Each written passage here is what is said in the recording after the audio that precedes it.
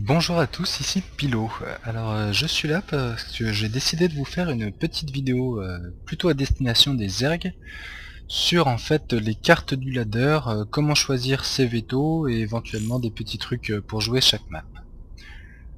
Pour cela en fait je vais prendre les maps une par une et puis je vais faire un petit descriptif de chacune afin qu'on puisse voir ce qu'il s'y passe.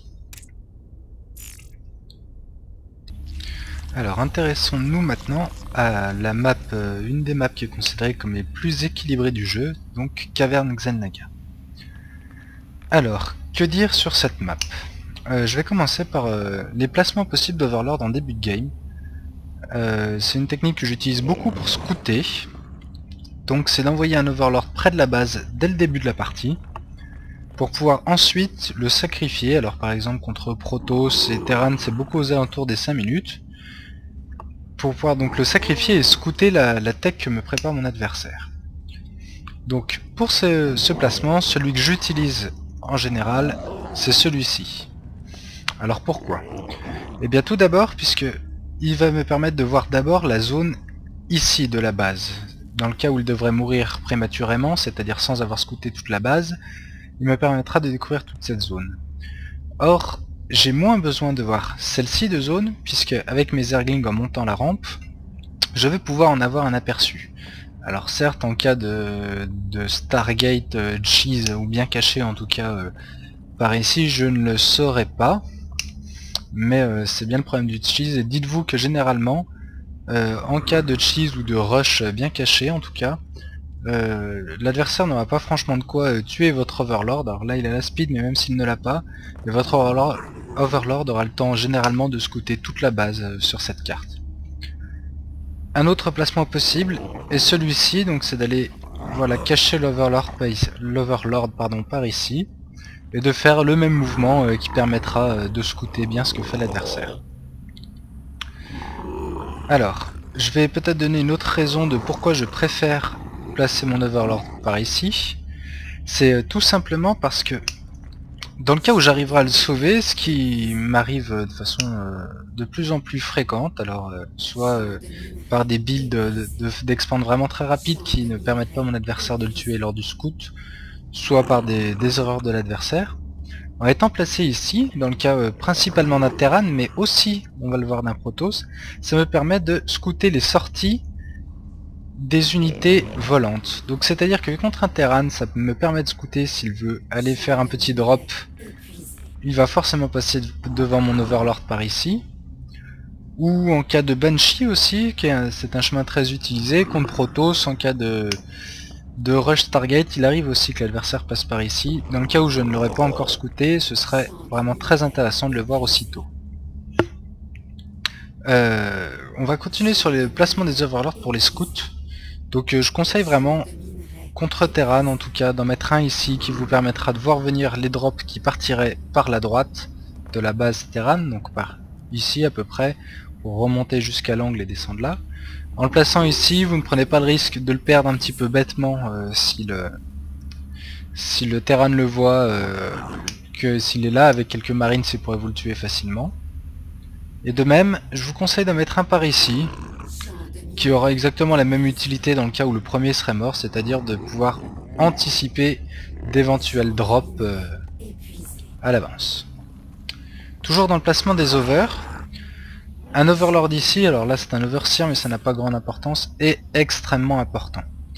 Pourquoi? Eh bien tout simplement pour détecter d'éventuels proxy pylons pour un Protoss, ou souvent les Terran utilisent ce chemin pour envoyer des Hélions dans votre base.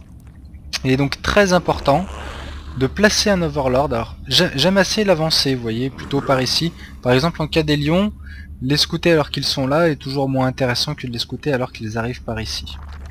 Donc voilà, en tout cas il faut un Overlord au-dessus de cette rigole, au-dessus de ce petit goulet, pour pouvoir anticiper les mouvements adverses. Et une fois de plus, je rappelle que le map control est évidemment un des points les plus importants dans la victoire d'un Zerg. Alors, concernant le placement des Overlords, peut-être une dernière précision auquel je n'avais pas pensé mais que je vais mettre en place immédiatement. C'est un Overseer qui patrouille. Alors c'est une technique que j'utilise sur toutes les maps, mais du coup je profite de cette première map pour en parler. Généralement, bon, la B2 de l'adversaire, on sait quand elle est prise, elle est très rapidement scoutée. Par la suite, afin de ne pas être pris au dépourvu, parce qu'il peut m'arriver d'être submergé par l'action de la partie, j'aime mettre un overseer, vous voyez, en patrouille, on va le suivre. En patrouille au-dessus donc des 3 autres bases susceptibles d'être prises par l'adversaire. Alors évidemment, ça va me coûter le prix d'un overseer, donc 50 de gaz et 100 de minerais, mais il me semble que pour moi, à la même façon que le scout à l'Overlord en début de game, c'est un coût qui est tout à fait rentabilisé par l'information immédiate que ça va procurer sur la pose d'une base. Dernière petite chose, voilà, il est aussi possible de placer un Overlord ou un Overseer par ici. Afin de voir, souvent par exemple les Terran utilisent ce chemin pour sortir leur hélium. Pourquoi? Parce qu'il leur permet de passer hors de la vue des tours Xel'Naga. En faisant le tour bien collé au mur par ici, la Xel'Naga s'arrêtant là, ils ne le verront pas. Autre chose, l'Overseer ici, pourquoi? Eh bien tout simplement parce que pour poser un petit changelin, ce sera souvent beaucoup plus discret, si l'ennemi n'a pas placé de bâtiment ici, de le faire arriver tranquillement par l'arrière de la base, et généralement sur la B2, là il morphe, et il sera beaucoup plus discret qu'un changelin par exemple qui pourrait être envoyé posé ici, puisque tous les joueurs placent des bâtiments ici justement pour prévoir ce genre de choses. Voilà, concernant le placement et le scout, l'essentiel est dit à mon avis. Alors je ne vais pas dire qu'il faut prendre évidemment ces 2 tours Xel'Naga, ça me semble logique, et que les passages ici, c'est peut-être moins logique, que les passages longés au mur sont hors de vue de la portée des tours Xel'Naga.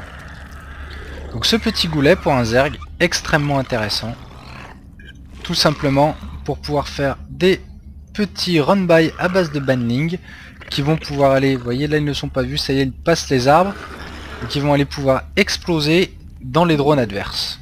Alors ça c'est quelque chose que je conseille vivement. Gardez un petit 4-5 badling par ici, et quand vous voyez l'adversaire sortir, les envoyer dans ces drones. C'est difficile de faire un trade non rentable à partir de ça. Alors évidemment, ça implique de bien vérifier qu'il n'y a pas de wall ici. De même, c'est un espace très intéressant, surtout en début de partie je trouve, pour des petits run-by de Zerling. Dès que l'adversaire sort, il faut le faire douter, c'est-à-dire tu sors, et bah regarde, je vais aller te gratter des sons avec mes Zerglings, est-ce que tu recules, est-ce que tu viens vers moi? Ça mettra l'adversaire dans le doute, c'est forcément intéressant. Concernant ce petit goulet, on va maintenant donc regarder aussi en quoi est-ce qu'il peut nous handicaper, et principalement cette partie du goulet. Eh bien tout simplement contre Terran, c'est un superbe spot pour placer des tanks, une petite bioball avec des medivacs pour faire ascenseur au besoin, et aller dégommer cette base.